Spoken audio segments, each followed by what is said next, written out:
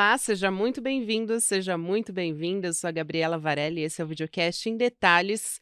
Aqui, sempre com um convidado, com uma convidada, a gente mergulha em uma notícia, numa temática do dia. Hoje eu converso com o Benito Schmidt, professor titular do Departamento de História da URGS, que é a Universidade Federal do Rio Grande do Sul, também professor aqui no ICL, nosso parceiro no curso de História do Movimento LGBTQIAP+, no Brasil. Professor, um prazer aqui te receber no Em Detalhes. Obrigada por aceitar nosso convite. Olá, Gabriela. Olá, ouvintes. Um prazer estar aqui com vocês. Bom, a nossa conversa é sobre esse retrocesso que está em curso agora, neste momento, na Câmara dos Deputados, né, uma votação que pode proibir o casamento homoafetivo no Brasil.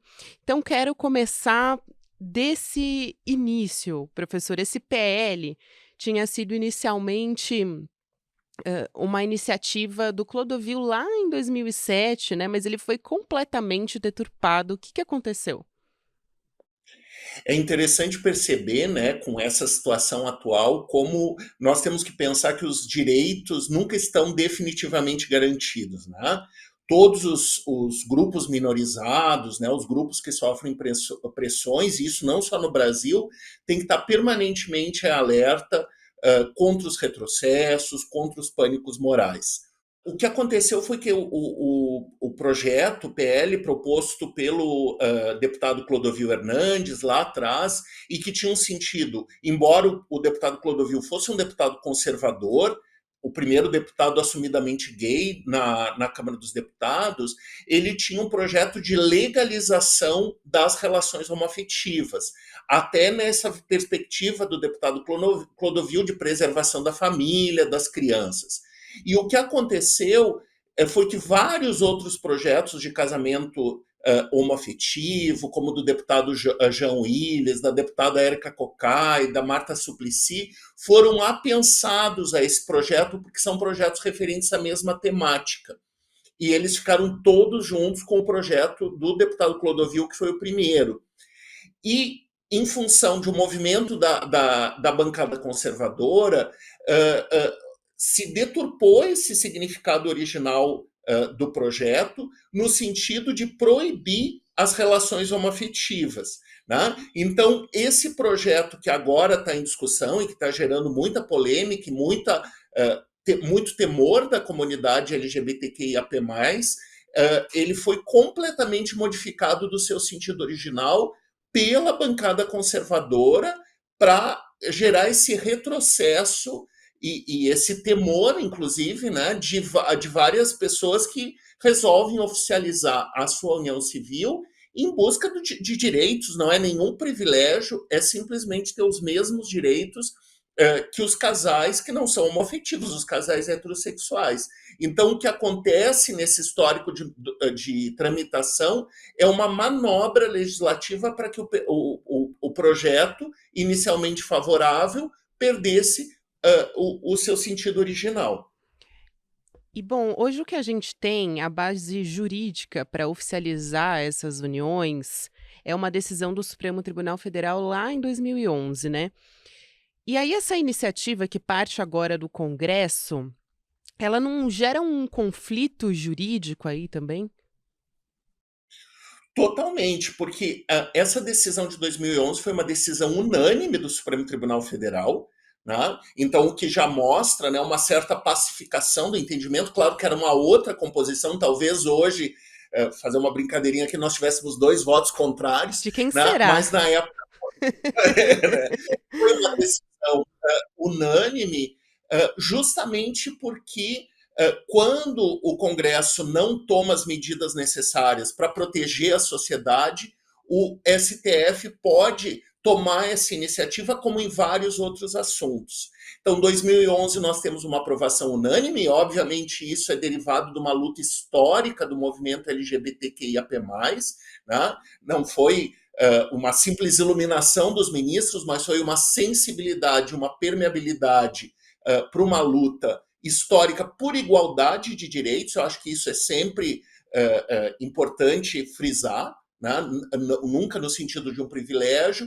E em 2013, o Conselho Nacional de Justiça obrigou que todos os cartórios realizassem esse tipo de união, porque antes ficava um pouco até a depender, vamos dizer assim, do vínculo religioso, do vínculo moral, né, daquele cartório, da sua direção e assim, do seu proprietário e assim por diante. Mas em 2013 não teve mais possibilidade de não implementar esse direito para os casais homoafetivos que assim requisitassem. Então, a comunidade se sentiu resguardada nesse seu direito, né? Depois nós tivemos outras decisões mais recentes do STF, como a questão da autonomia, né, de gênero, né, que as pessoas trans pudessem ter autonomia na escolha do seu gênero, também a equiparação da homofobia e da transfobia com o racismo. A gente sabe que existe uma distância entre as decisões do Supremo ou os projetos de lei, enfim, e a prática real da sociedade, mas é sempre uma maneira de resguardo de uma comunidade que é historicamente violentada, historicamente invisibilizada, que tem seus direitos pouco levados em conta, né? Mas havia um respaldo jurídico para essas decisões. Agora, com essa discussão na Câmara, né, nós ficamos, né, eu digo nós enquanto comunidade, ficamos muito apreensivos em relação a esses direitos, que como eu disse no início, né, a gente tem que estar sempre em luta, a história, né, eu sou historiador, a história nos mostra isso, né, que infelizmente nós não podemos contar com uma garantia permanente de direitos, né, estamos a famosa música lá, temos que estar sempre atentos e fortes, né? Com certeza, e eu acho que vale a pena trazer também, professor, você como professor de história, inclusive historiador, né, como que foi plantada essa sementinha lá na Constituinte de 88 e foi um início ali dos movimentos sociais, né, inclusive se falava muito pouco, em direitos LGBTQIAP+, e foi um momento ali de que um artigo do que define o casamento, né, permitiu futuramente que se abrisse um precedente jurídico para que essas uniões pudessem acontecer. Então, acho muito interessante a gente também trazer essa perspectiva histórica também. Exato. Gabriela, assim, até se você me permitir, eu prometo que você sabe que professor adora dar aulinha, né? Eu prometo que Claro. não vou fazer isso. Mas vou voltar 10 anos atrás, muito rapidamente, né? Que é quando a gente considera oficialmente o início do movimento LGBTQIA+, no Brasil, que na época se chamava movimento homossexual, né? Tinha essa visibilidade maior dos homens cis gays, né? Ou chamava o movimento homossexual ou por influência estadunidense de movimento gay. E a gente considera que esse nascimento se dá justamente no processo de redemocratização, no finalzinho da ditadura, em 78, quando nós temos a criação de um grupo que ficou sendo muito O famoso, Triângulo o grupo Rosa? o Somos, né, que Hum. foi o primeiro. Né? Depois nós tivemos várias dissidências do Somos, inclusive, por exemplo, das lésbicas que não se sentiam, enfim, acolhidas, que era um movimento muito masculinista, enfim, e de um jornal que se chama Lampião da Esquina. Eu até, se vocês colocarem aí nos buscadores Lampião da Esquina, o jornal está todo digitalizado e é muito interessante que mostra esse início, né, do movimento, inclusive as suas articulações com o movimento operário. Tem uma famosa edição do Lampião da Esquina que faz uma entrevista com o Lula logo depois que ele é solto ali nas greves do ABC. Nós temos também uma tentativa de articulação com o movimento negro, enfim. É E aí, maravilhoso, e ainda inclusive alguns precursores, né, que criaram esse jornal, eles estão aí ainda inclusive, né, é exato, realmente exato, incrível esse trabalho. publicando, é incrível, e as pautas que eles colocavam, que para nós hoje, eu acho que já seriam difíceis de colocar, imagina em 78, ainda durante a ditadura, né? E como todo movimento social foi tendo suas divisões, seus rachas e assim por diante, né? Alguns setores desse movimento eram mais, a gente chama de autonomistas, que achavam que o movimento não tinha que se meter com a política institucional, tinha que mais criar se chamava na época de uma subcultura homoerótica, gay, e outros achavam que não, nós temos que nos relacionar com o Estado, com os partidos e assim por diante. E um desses movimentos do início dos anos 80, que você citou, que é o movimento Triângulo Rosa, né? Aliás, o nome é inspirado no símbolo Triângulo Rosa, que era o distintivo, né, dado pelos nazistas para os prisioneiros gays nos campos de concentração. Nós tínhamos, por exemplo, a estrela de Davi amarela para os judeus, o triângulo vermelho para os prisioneiros políticos, os comunistas, enfim, e o triângulo rosa para os prisioneiros gays, né? Que inclusive nós temos já pesquisas que mostram que eram os prisioneiros mais humilhados, com os piores serviços, que sofriam mais violências, eram justamente, sem querer fazer uma comparação aí das vítimas, mas era um preconceito muito grande, né? Aliás, esses triângulos rosa foram muito invisibilizados na história. É mais recente que nós temos pesquisa.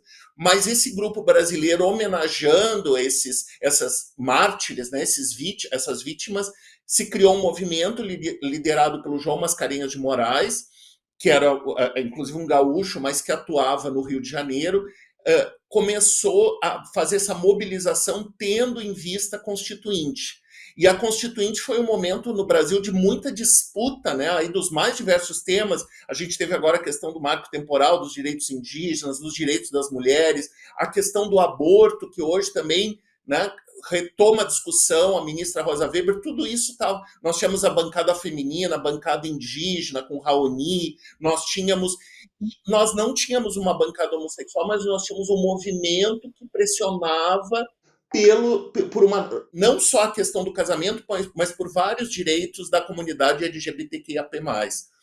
E o João lutou muito nesse sentido, aí nós temos bons estudos que mostram a pressão, aquela coisa, visitar os gabinetes, fazer abaixo-assinados, cartas. Esse é um material precioso, né, porque a gente tem arquivado as cartas que foram enviadas para a Constituinte, né, e várias de movimentos de estados diversificados, né, pedindo que constasse explicitamente contra a discriminação às minorias sexuais e de gênero e uma definição mais larga de casamento que não incluísse entre homem e mulher, né?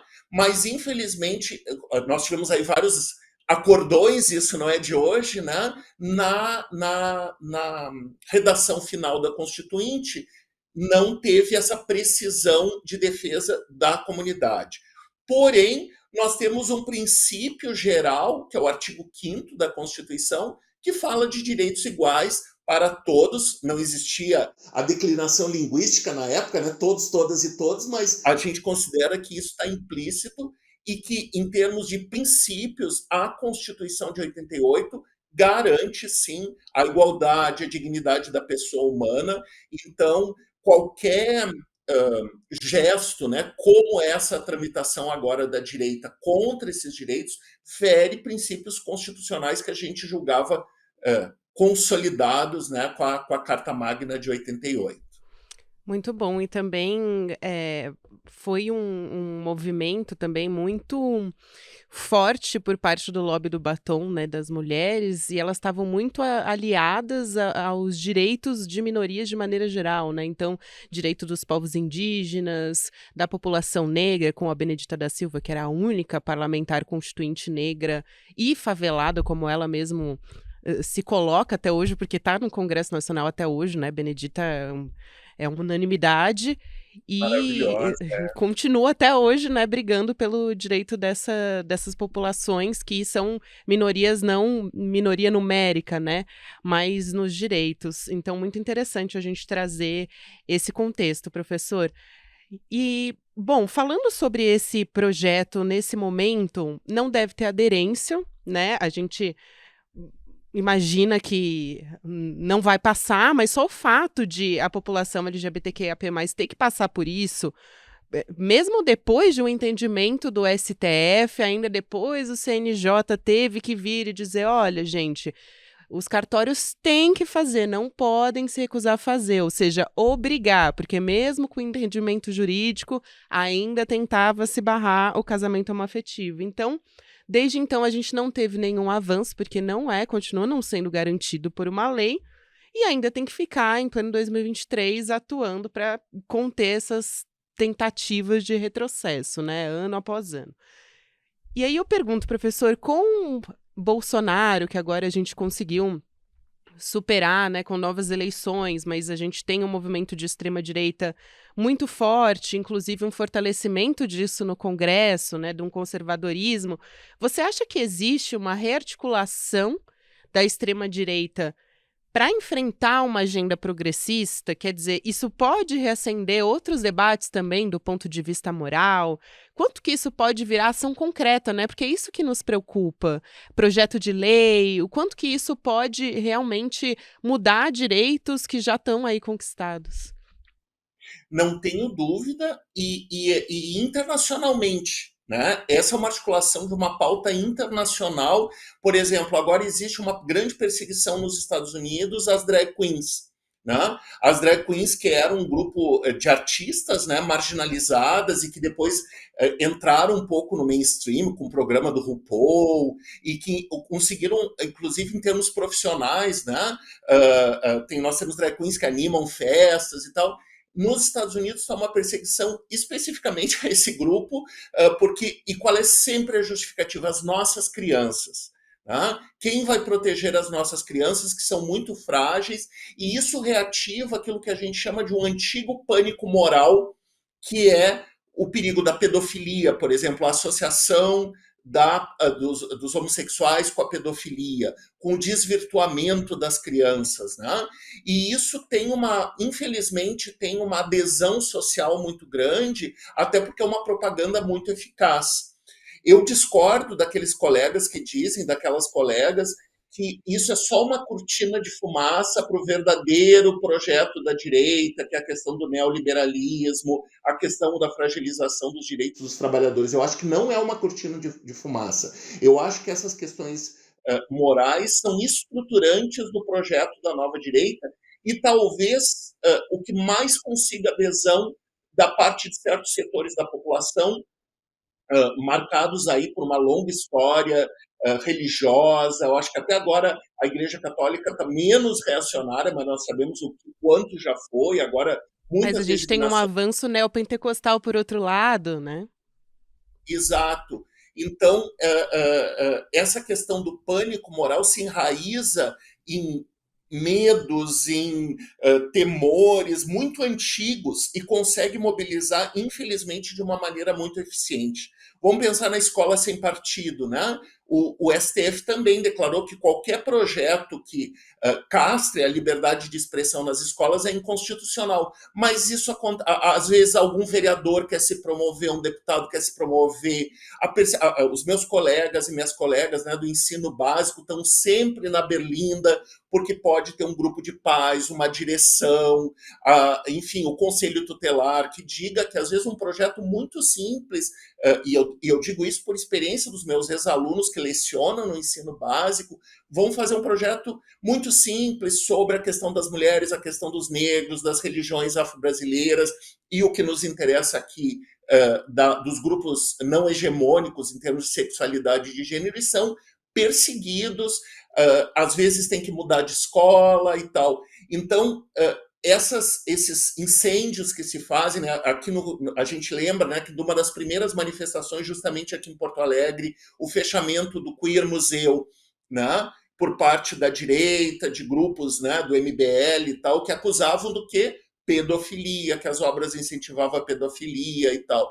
Então, a eficiência do fomento a esses pânicos morais é muito grande. Cada vez que se fala de uma dessas leis, se fomenta isso, e é interessante que na história a gente vê, por exemplo, quando as mulheres tiveram direito a voto. E o mundo vai acabar, a família não vai mais se sustentar, as mulheres vão abandonar seus filhos. Quando Nossa, teve a questão. sim, né? Quando teve também a questão da licença maternidade, as empresas vão quebrar, acabou, né? Exato. A questão, primeiro, do desquite, depois do divórcio, acabou a família, ninguém. Então, volta e meia se reativam esses sentimentos, né? E aí a gente sempre pergunta: nós queremos proteger a família, mas qual família? Né? Nós queremos proteger as crianças, mas quais crianças? E a criança queer, a criança gay, a criança lésbica, a criança trans, né? Então, eu concordo contigo que o avanço da extrema-direita, e isso é histórico, né? Não, a gente falou antes, os nazistas também perseguiram os homossexuais, né? Na época a gente não tinha essa sigla, mas de uma maneira geral, né, as minorias de sexo e de gênero. Então isso é historicamente e internacionalmente ligado ao projeto de direita. Na ditadura nós tivemos isso, né, que articula uma visão da sociedade baseada numa família hierárquica, patriarcal, dominado pelo homem que, enfim, submete a sua mulher e as crianças. Porque a gente poderia pensar num projeto de direita sem esse componente, né? E existe, né? Mas a extrema-direita aí tem um dos seus pilares justamente nessa questão da moralidade. Muito bom, professor. E eu acho que entra na pergunta que eu queria te fazer, de que mesmo que não seja levado a cabo essa discussão, né, só o fato de ser colocado em pauta no Congresso Nacional, se levantar essa possibilidade, voltar essa discussão, sair na imprensa, né, tudo isso, o que que isso gera lá na ponta de discurso de ódio, como você disse, né, de crianças nas escolas, quanto que isso se reflete em violência para a população LGBTQIAP+, também, né? Exato, exato. E a gente tem dados. Claro, nós não temos uma estatística oficial dos crimes com motivação homotransfóbica. Agora, talvez a gente consiga com a equiparação ao crime de racismo, mas a gente sabe que muitos desses crimes, dependendo da classe social, enfim, não são levados dessa forma às delegacias de polícia e assim por diante. Mas mesmo com uma subnotificação, a gente sabe que durante o governo Bolsonaro, esses crimes cresceram. Né? E então existe essa relação que, como você disse, mesmo que isso não seja acolhido por tribunais superiores, às vezes até num tribunal de primeira instância mais local, isso cria problemas porque esse professor ou essa pessoa tem que ter despesas financeiras e tal para contratar um advogado para responder. E aí nós vamos ter como consequência disso, no âmbito da educação, em outros âmbitos, a famosa autocensura. Né? É óbvio que um professor que já ganha pouco e tal vai dizer, olha, eu não vou falar desse assunto que eu vou me incomodar, né? E que, dependendo da E que direção da pode, escola, retaliação mesmo, né? exato, uma exposição, às vezes, em municípios menores, como eu disse, alguém tentando se promover num vereador, alguém que tem pretensões políticas, que é o caso muitas vezes. E o que a gente vê na Câmara e Federal é que muitos deputados com pouca expressão em pautas importantes, né, utilizam essa performance aí de defensores da família, sempre a pergunta, né, qual família, de defensores das crianças, né, e um pouco preservando, entre aspas, a sociedade de uma decadência moral, e esse discurso, a gente muda uma palavrinha ou outra, é recorrente na história ocidental das sociedades ocidentais. E também pergunto, Benito, como essa discussão está enfrentando retrocessos em outros países, né? Também acredito com a ascensão da extrema-direita em relação ao casamento homoafetivo, outras pautas também. Mas falando especificamente sobre isso, na Itália, por exemplo, o governo está tirando o nome dos pais dos documentos das crianças, né? Eu fiquei horrorizada quando isso saiu, de casais homoafetivos. Isso saiu em março, né, desse ano. Então, quanto à falta de clareza na legislação, como acontece com a gente no Brasil, é perigosa e abre um precedente, né? Exato, esse caso da Itália foi chocante, né? Porque a primeira-ministra italiana de extrema-direita proibiu as adoções e depois teve um aspecto ainda retrospectivo das crianças não poderem ter o nome dos pais.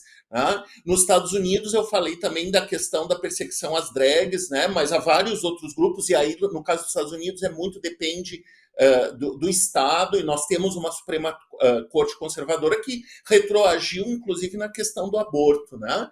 Então, tem um autor inglês, um historiador que se chama Thompson, Edward Thompson, já falecido, e ele usa uma expressão muito interessante que ele diz que a lei é um campo de disputas, o direito é um campo de disputas. Claro que tem um lado técnico, e que exige uma formação super especializada, mas o direito é sempre político também e depende da conformação dos grupos naquela sociedade. Né? Então, esse projeto da extrema-direita, como eu disse antes, é um projeto internacional, um projeto muito organizado, tanto em termos de conteúdo quanto de forma, e isso, bom, você sabe muito bem, comento várias vezes nos programas do ICL, né, como uma mensagem que às vezes é dada, começa na Hungria, depois é na Itália, depois são os grupos de extrema-direita nos Estados Unidos, aí é no Brasil, agora a Argentina, que já tinha feito conquistas importantíssimas dos direitos reprodutivos e dos direitos LGBT, a gente tem risco de retrocessos depois da próxima eleição, né? Então isso é muito articulado, claro que com ênfases diferentes, né? Então, por exemplo, na Europa a questão da imigração, aqui no Brasil a questão do racismo religioso, das religiões afro, enfim, e como isso, com essas cores locais, mas tem uma mensagem aí comum a todos esses discursos, né? Sem dúvida, professor Benito Schmidt, professor titular do Departamento de História da URGS, professor também aqui do ICL, um grande parceiro nosso no curso de História do Movimento LGBTQIAP+, no Brasil. Um prazer enorme te ouvir, uma verdadeira aula, prazer te conhecer também, a gente ainda não tinha conversado, né, professor? Um abraço grande, seja sempre muito bem-vindo aqui ao Em Detalhes, viu? Um abraço. Só vou ressaltar que, felizmente, nós temos aí deputados e deputadas guerreiras, né? Sem Que estão, dúvida. inclusive, da bancada. Não, ele não é da bancada evangélica, mas evangélicos como o pastor Henrique Vieira, deputadas trans, como a deputada Erika Hilton, a Duda Salamberti, que estão ali fazendo um excelente papel. E a gente, às vezes, diz, é uma pauta identitária. Não. Esse tipo de fortalecimento de direitos fortalece a democracia para todos, todas e todos. Não é uma questão exclusiva de um grupo. É um jeito de pensar uma cidadania largada e efetivamente democrática no país. É isso. E que fere a todos nós, né? Então, exato, é uma luta de importantíssimo. todo mundo, né? Muito obrigada, professor. Um abraço enorme. Um abraço, obrigado. Bom, o Videocast em Detalhes fica por aqui. O próximo episódio vai ao ar às 10h30 da manhã, ao vivo no YouTube, por onde você acompanha toda a programação do ICL Notícias, sempre de segunda a sexta-feira. E você também pode acompanhar o Em Detalhes nas plataformas de áudio a partir das 6, 7 horas da manhã. Para você que acorda cedo, o episódio já está disponível. Para quem acompanha agora essa transmissão ao vivo no YouTube, você fica agora com o Videocast Mercado e Investimentos, com o André Campedelli e a Débora Maganha, e às 6 horas da noite com o ICL Notícias, segunda edição. Também atualizo sobre a palestra gratuita com Monja Cohen, caso você tenha se esquecido. Ela vai conversar com o Eduardo Moreira. Faltam só 2 dias para essa palestra acontecer. Como vencer a ansiedade e o estresse. Então você confere no dia 28 de setembro, às 8 horas da noite. Inscreva-se em icl.com.br/em detalhes. Um beijo para você e até a próxima. Ela tem ajudado a desmistificar estigmas e a combater a intolerância religiosa num país onde isso é um verdadeiro problema. As armas que ela usa, os ensinamentos budistas e o amor. Monja Cohen vai dar uma palestra incrível para o Instituto Conhecimento Liberta no dia 28 de setembro. Como vencer o estresse e a ansiedade. Para você se inscrever nessa aula que vai acontecer às 8 horas no horário de Brasília, é só clicar no link aqui em cima ou aqui embaixo e gratuitamente participar. Se inscreve agora e no dia 28 de setembro a gente vai estar junto para aprender com essa super pessoa que é Monja Cohen. Olá, eu sou a professora Carolina Casarim, do curso Moda e Modernismo no Brasil, e nas nossas aulas você vai aprender um pouco sobre a história do modernismo no Brasil, a história da moda, as relações entre moda e modernismo e a importância da aparência não só para o modernismo, mas para a gente de maneira geral no nosso dia a dia. Por que é importante a gente entender sobre a história das roupas? Por que é importante a gente ter consciência do valor político que a aparência tem e que os nossos modos de vestir têm? Mas além disso, você vai aprender muito mais. Te espero lá! Oi, eu sou Heitor Barsalini, professor do curso A História da Alimentação no Brasil, aqui na plataforma do Instituto Conhecimento Liberta. Nesse curso, a gente dá um panorama geral do que foi a alimentação ancestral indígena brasileira um pouquinho antes da chegada dos colonizadores ibéricos e como essa alimentação foi se transformando a partir das fusões culturais entre os elementos que os ibéricos trouxeram e o que os indígenas brasileiros já consumiam de proteínas, de vegetais, as suas principais fontes de carboidrato. Esse e mais outros 200 cursos estão disponíveis a todos os membros do ICL. Então espero você para o nosso curso A História da Alimentação no Brasil.